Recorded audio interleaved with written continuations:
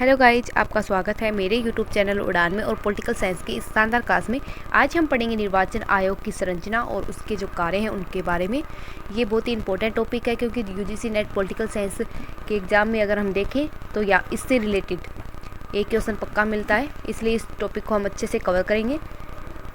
साथ में अपने नोट्स बनाते जाना, ठीक है। चलो पढ़ते हैं निर्वाचन आयोग की संरचना कैसी रहती है। ये अनुच्छेद 324 में इसका वर्णन मिलता है।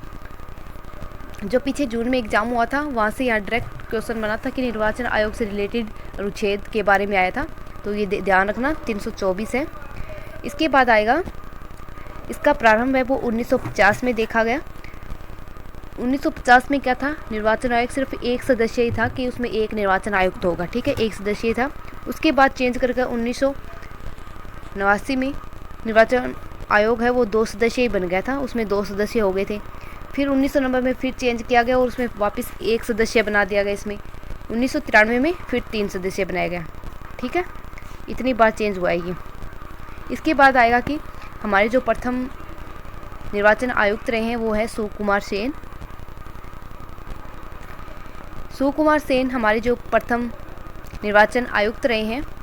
यहाँ से भी क्वेश्चन बनते हैं, क्रोनोलॉजी बेस्ड क्वेश्चन अभी पीछे दिसंबर में भी बने थे, जून में भी बने थे।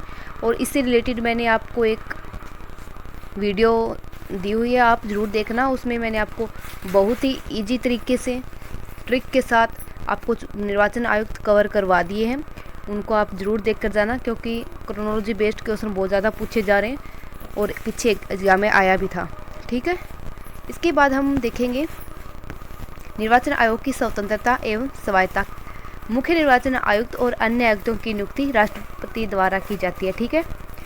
जो निर्वाचन आयोग के जो मुख्य आयुक्त होते हैं और जो अन्य आयुक्त होते हैं उनकी नियुक्ति राष्ट्रपति द्वारा ही की जाएगी। और संविधान में निर्वाचन आयोग को स्वतंत्रता और स्वायत्तता पर बल देता है, ठीक है। संविधान में निर्वाचन आयोग की शक्तियों के बारे में वर्णन मिलता है जहाँ उनको स्वतंत्रता दी गई है, ठीक है। इसके बाद पढ़ेंगे जो मुख्य निर्वाचन आयुक्त को हटाने के जो प्रावधान भी दिया गया है, वो जो हमारे उच्चतम न्यायालय के न्यायाधीश होते हैं उनको जिस प्रक्रिया से हटाया जाता है उसी प्रक्रिया से निर्वाचन आयुक्त को हटाया जाएगा, ठीक है। इसके जो वेतन भत्ते हैं उसके बारे में पढ़ लेते हैं। उसके वेतन एवं भत्ते कार्यकाल के दौरान कोई अलाभकारी परिवर्तन नहीं होगा, ठीक है। भारत में मुख्य निर्वाचन आयुक्त राष्ट्रपति के प्रसाद पर्यंत काम नहीं करता। इसके बाद पढ़ेंगे इनका कार्यकाल कितना रहता है। निर्वाचन आयुक्त का कार्यकाल 6 वर्ष का रहेगा और 65 वर्ष की आयु तक। अगर 6 वर्ष पूरा कर लेते हैं तो उन्हें पद से हटा देते हैं और अगर उनकी 65 वर्ष आयु पूरी हो जाती है तो भी उन्हें अपने पद से त्यागपत्र देना पड़ता है, ठीक है। इन दोनों में से पहले जो भी हो जाता है तो उन्हें हटाया जाता है पद से, ठीक है। इसके बाद आएगा, ये मैंने आपको बता दिया कि पद से कैसे हटाया जाएगा। जैसे एक उच्चतम न्यायालय के जो न्यायाधीश है उनको जो हटाने की प्रक्रिया रहती है उसी प्रकार से निर्वाचन आयुक्त को हटाया जाता है, ठीक है। इसके बाद हम पढ़ेंगे निर्वाचन आयोग के कार्य क्या रहते हैं।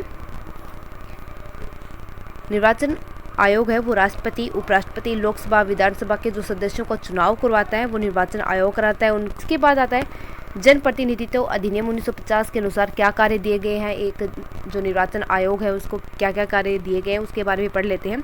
इसकी एक सूची तैयार की गई थी कि राष्ट्रपति का निर्वाचन करना, उपराष्ट्रपति का निर्वाचन करेंगे, लोकसभा का निर्वाचन कराना, विधान परिषद विधानसभाओं का निर्वाचन करवाना, राज्यसभा का निर्वाचन करवाना, निर्वाचन नामावली तैयार करवाना और मतदाताओं का पंजीकरण करना, निर्वाचन की तिथि तय करना कि इस दिन हमारे वो चुनाव होंगे, समय सारणी तैयार करना किस समय में वोट लिए जाएंगे, ठीक है। इसके बाद आएगा राजनीतिक दलों की मान्यता प्रदान करना और उन्हें चुनाव चिन्ह प्रदान करना। चुनाव के समय जो दल है उम्मीदवार के लिए आचार संहिता का निर्माण करना, ठीक है। अनियमितताओं के आधार पर चुनाव रद्द भी करवाना, ये भी एक निर्वाचन आयोग के हाथ में होता है कि अगर कोई इमरजेंसी आ जाती है या कुछ हो जाता है तो चुनाव आयोग है वो चुनाव को रद्द भी करवा सकता है। राष्ट्रपति की सलाह देना कि राष्ट्रपति शासन वाले राज्य में 1 वर्ष समाप्त होने के साथ उसे चुनाव कराएं, ठीक है। कहीं भी राष्ट्रपति शासन लगा हुआ है तो वहाँ पर 1 वर्ष के अंदर वहाँ पर चुनाव करवाना अनिवार्य है। इसके बाद हम देखते हैं चुनाव आचार संहिता क्या होती है। Very important. 1990 के बाद भारतीय राजनीति का अपराधीकरण बहुत ज़्यादा हो गया था, मतलब अपराधीकरण का राजनीतिकरण हो गया था। अपराधी की संख्या बढ़ती जा रही थी, बहुत ज़्यादा धन खर्च करना, भ्रष्टाचार जैसी चीज़ें बहुत ज़्यादा बढ़ गई थी। इस पर रोक लगाने के लिए निर्वाचन आयोग ने आचार संहिता को सख्ती से लागू किया। ठीक है, इसके बाद आता है 1960 के दशक में ही इस चीज़ को प्रारंभ कर दिया गया था। प्रभावी रूप से ये 1990 में टी.एन. शेषन के कार्यकाल के दौरान देखा गया। ठीक है, ज़्यादा प्रभावी कब हुआ ये?